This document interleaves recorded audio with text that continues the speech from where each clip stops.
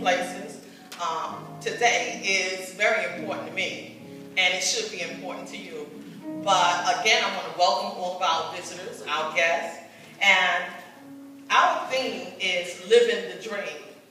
Do you have a dream? Man. I have one. Man. And we all should have a dream. Our children should have a dream. Our grandchildren should have a dream. A lot of us forget about those old school activists like Rosa Parks, Martin Luther King. Our children today, they know nothing, or they know very little. But it is our job as adults, as family, to continue our legacies. Because that's what we grew up on. We don't need 50 Cent. We had our old school influences that really, it pegged just a route for me in life. And I'm giving honor today to Martin Luther King, Jr. But most of the honor needs to go to our ancestors, slaves. They were activists. Even if they couldn't read, all of their challenges, God still provided a way for them. And I just want everybody to know, don't be enslaved. Take off the shackles to whatever in life is holding you in bondage. So I go to say that we now have our first African American president, Barack Obama. We have our Congressman Clyburn. We also have Steve Benjamin, our mayor. So that shows you that anything is possible. And I just want to take you back down memory lane.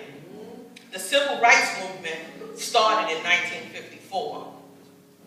They had many peaceful demonstrations. There were also many civil rights activists before 1954. It goes back to the late 1920s. Even before that, the 1800s. They prayed and they found a way. God led their path to freedom. And to that, we can give them the thanks for leading the way for us. They had sleeping car porters that created the first black African American labor unions in the 1920s against Pullman Ford Company. They wanted working conditions to be improved, higher wages for African Americans. They had plans, and when I said assembly plans for weapons, it was in the wartime then.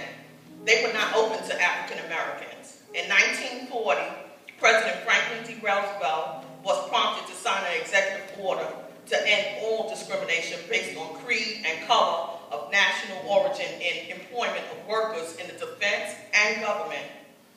There was a committee formed called the FEPC, the Fair Employment Practices of Committee. But I want to go back to Martin Luther King Jr. He became a minister in 1948. He married Coretta Scott King in 1953. In 1956, the Supreme Court ruled against segregation. Martin gave many speeches, but the one we all remember is I Have a Dream.